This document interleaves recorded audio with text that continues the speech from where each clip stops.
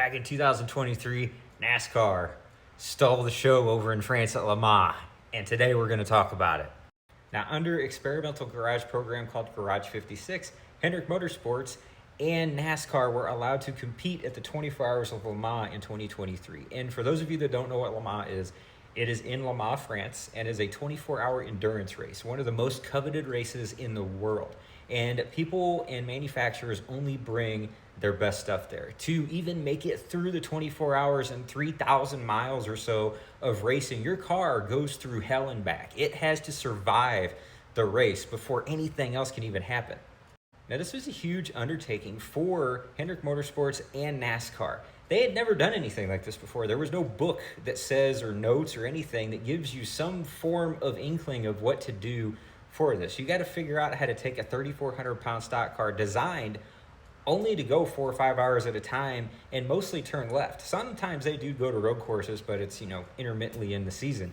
And you got to take this thing, shave it down, make it faster, make it have more downforce, and take it to Le Mans in front of the world and try not to embarrass yourselves. Now, at Hendrick Motorsports, they don't mess around. They figured it out. They brought a 750 horsepower monster to Le Mans. They shaved some weight off the car. They made it faster. They got more downforce on the car, and then they got some world-class drivers. They got Jimmy Johnson, Mike Rockenfeller, and Jenson Button to pilot the car during this 24-hour race. So how did NASCAR wind up stealing the show at Le Mans? Well, it started off with the pit crew competition, and they won, using jacks and manual things to go win the pit crew competition. Everybody else was using air jacks that raised the whole car up at one time, changing all the tires at once, and then running back.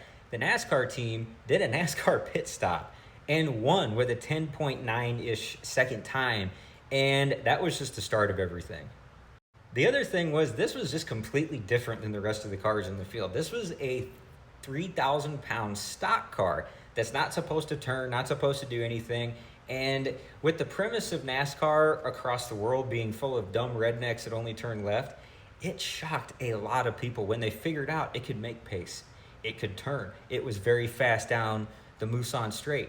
It also ran faster than every freaking GTE car in the field and made the most incredible noises going down the straightaways.